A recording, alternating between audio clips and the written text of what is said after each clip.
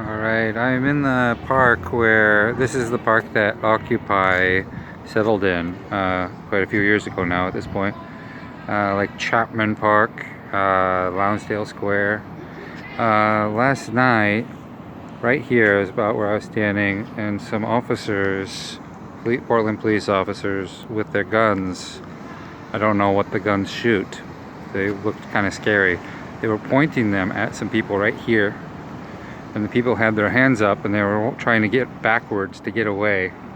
And then I heard some sounds over here, and I looked, and the police were right here shoving people. And I looked over here and saw an old lady, maybe 70 I'm guessing, who was pulling a wheeled cart, and the police were getting behind her, trying to force her to run. So I got between them, and the police officer told me he's going to arrest me, and I told him that she can't keep up, and he told me that I'm not with her, and he said stop lying, and I said she can't keep up, and I believe things pretty much de-escalated from there. But I've seen abuse every single time I come down here, and some people they're calling it scheduled brutality. It happens at 11 o'clock every night. Last night there was about 5 minutes earlier than that. Anyhow, they've been gassing people. They haven't been doing that the last few days, but they've been shooting people more lately with rubber bullets. Peaceful people, unarmed. And this is where that's been happening.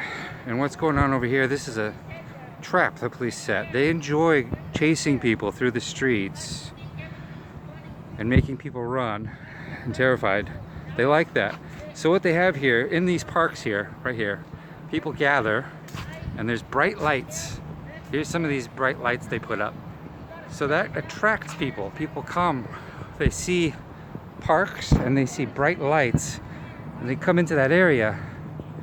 And when there's a lot of people here, the most people I guess is around 11 o'clock, that's when the police start hurting everybody.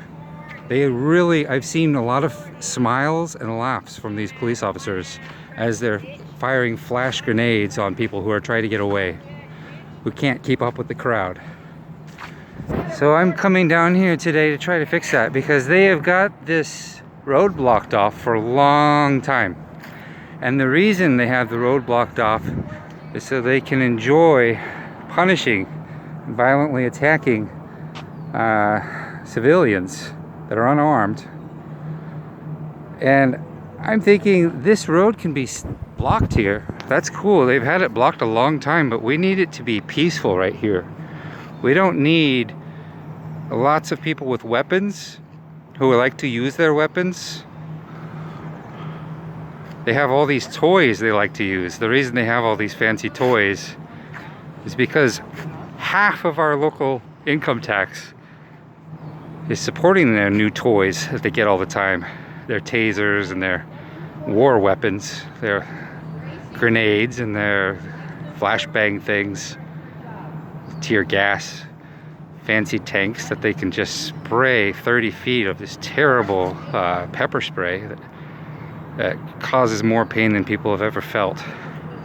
Unarmed, peaceful George Floyd protesters. So I'm gonna see if I can get this fence down so that people can peacefully gather here, and it doesn't have to be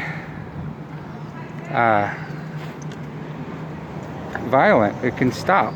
We can just take this down here, turn these lights around, these lights right here, turn them around so that they don't attract people into this area right here where they start firing rubber bullets.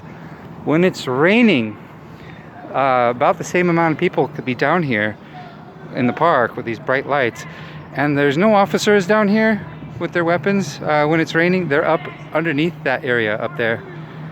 I'll show you another view of what they do. They sit up there with rubber bullet guns, and they fire on unarmed, peaceful protesters who are gathered in the park near their fence trap here. So get a view here. Okay, right in this area up here, this officer thinks it's all about him. He thinks he's special. No, none of them are special. They're obeying orders to dominate the civilian population. Okay, I'm running out of space now. I'm gonna have to stop this video.